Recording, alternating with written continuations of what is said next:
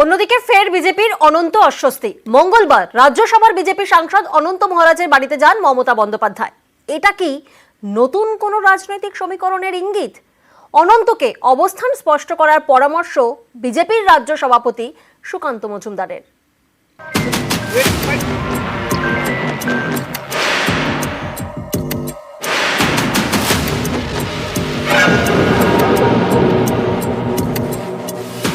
অনন্ত মহারাজ বিজেপির টিকিটে পশ্চিমবঙ্গ থেকে প্রথম রাজ্যসভার সাংসদ। মঙ্গলবার কোচবিহারে তার বাড়িতে যান মমতা বন্দ্যোপাধ্যায়। বিজেপি সাংসদের সঙ্গে প্রায় 40 মিনিট বৈঠক করেন। এ নিয়েই রাজনৈতিক মহলে জোর জল্পনা। অনেকেরই প্রশ্ন, এটা কি নতুন কোন রাজনৈতিক সমীকরণের ইঙ্গিত? কারোর সঙ্গে যোগাযোগ করিনি, ইনি সৌজন্যমূলক আমার সাথে দেখা করতে না রাজনীতি কোনো আলোচনা নেই। আমি তো পশ্চিমবঙ্গে আছি, ল অ্যান্ড অর্ডার তো ওনার হাতে আছে। এখন উনি যদি না আসতে চায় আমি কি করবো, কি করে বাধা দেবো? 21-এর বিধানসভা ভোটের আগে অনন্ত মহারাজের বাড়িতে যান কেন্দ্রীয় স্বরাষ্ট্রমন্ত্রী অমিত শাহ।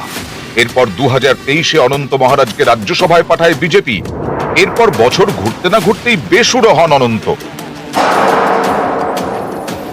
শাসক দল তাদের বক্তব্য যে বিজেপি যে প্রতিশ্রুতি দিয়েছিল রাজবংশীদের নিয়ে, বিভিন্ন উন্নয়নের নিয়ে, সেই সমস্ত প্রতিশ্রুতি তারা একটাও পূরণ করেনি। এটা তো সত্য কথা, কেন করে না ওইটা তো আমি জানি না।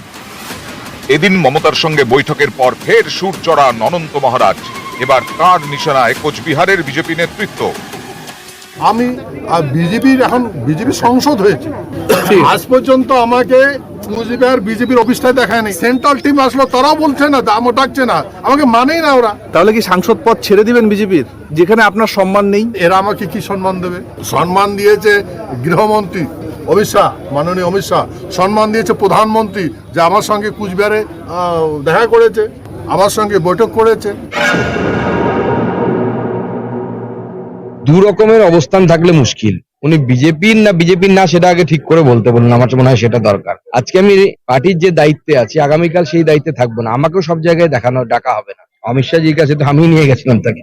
সুকান্ত বাবুকে দেখলে মনে হচ্ছে দেখবেন আর জ্বলবেন, লুচির মতো ফুলবেন।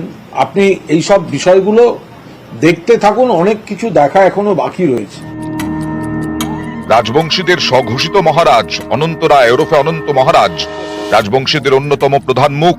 আর উত্তরবঙ্গের 5 লোকসভা কেন্দ্রে রাজবংশী ভোট বড় ফ্যাক্টর। কোচবিহারে রাজবংশী ভোট 62%, জলপাইগুড়িতে 50%, আলিপুরদুয়ারে 38%, রায়গঞ্জে 52%, বালুরঘাটে 48%। 2016-র বিধানসভা ভোটে এই রাজবংশী ভোটের সিংহভাগ যায় তৃণমূলে। তারপর 2019-এর লোকসভা এবং 21-এর বিধানসভা ভোটে রাজবংশীদের অনেকেরই সমর্থন পায় বিজেপি।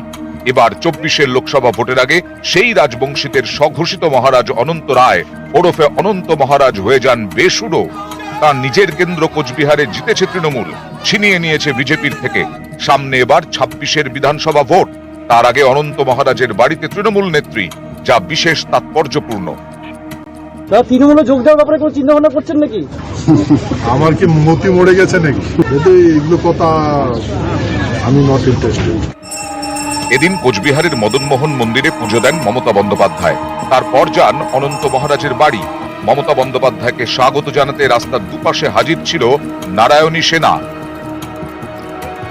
নিউজ 18 বাংলা।